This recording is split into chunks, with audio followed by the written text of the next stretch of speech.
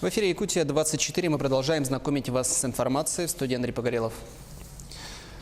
В Мирнинском районе шквалистый ветер сорвал крыши и обшивки домов. В Ленском же повалены столбы с электрическими линиями. В Нюрбинском был сильный ветер, который повалил заборы, а в Сунтарском из-за шторма отменены занятия в школах. Причиной непогоды стал циклон, который проходил через северную часть республики с запада на восток. Сейчас в районах, где бушевал шторм, ведутся ремонтно-восстановительные работы. Сегодня, как отмечают синоптики, в 14 районах республики сильный ветер с порывами до 18-23 метров в секунду. А в Якутске с утра погода не баловала жителей и гостей столицы, так как шел и дождь, и снег, и град. Дул холодный ветер. Ко дню воздух прогреется до плюс 5 градусов. О том, какой урон нанесла погода в Мирнинском районе, передает Евгений Тайтонов. Тем временем в Якутии продолжается сезонная регистрация заболеваемости ОРВИ. За прошедшую неделю в больницы с симптомами обратились 7,5 тысяч человек. Из их числа 86% дети до 14 лет. Управление Роспотребнадзора по республике напоминает родителям, что при возникновении у детей признаков респираторных инфекций необходимо воздержаться от посещения организованных коллективов, остаться дома и вызвать лечащего врача. Реальный срок получил житель Мирного за повторное вождение в состоянии опьянения. В феврале этого года подсудимый, будучи дважды осужденным за пьяное вождение, вновь сел за руль. Когда он двигался по одной из улиц, его остановили и отстранили от управления сотрудники ГИБДД. Суд приговорил подсудимого к 10 годам условного срока.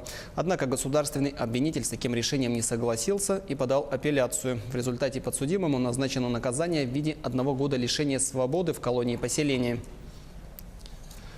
Владимир Путин подписал закон о блокировке сайтов с порочащей информацией. Согласно ему, любой гражданин вправе обратиться к судебным приставам с просьбой принять меры по удалению из интернета информации, которая порочит его имя. Но перед этим суд должен вынести соответствующее решение.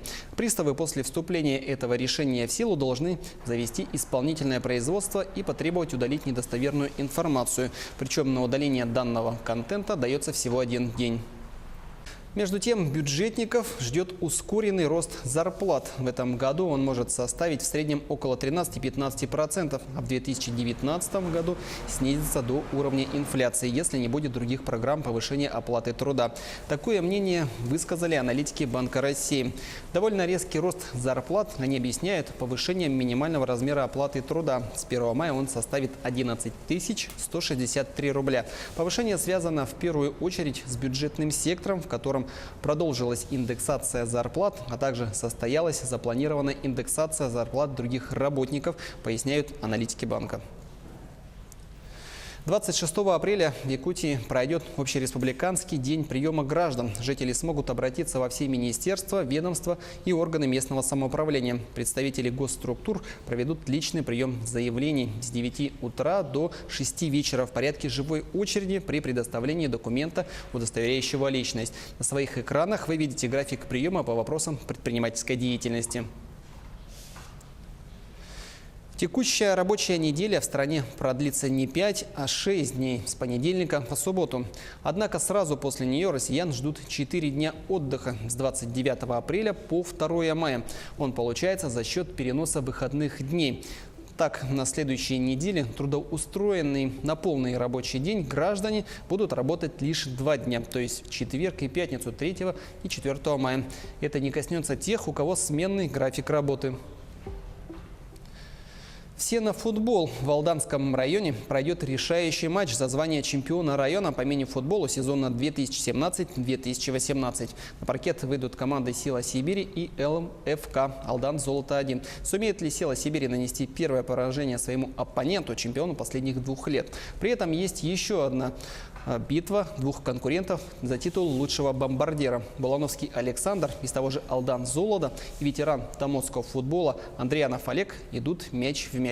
Заключительные матчи чемпионата Алданского района по мини-футболу состоятся в воскресенье 29 апреля в спорткомплексе «Металлург». Начало матчей в 12 часов. Расписание решающих игр вы видите на экранах.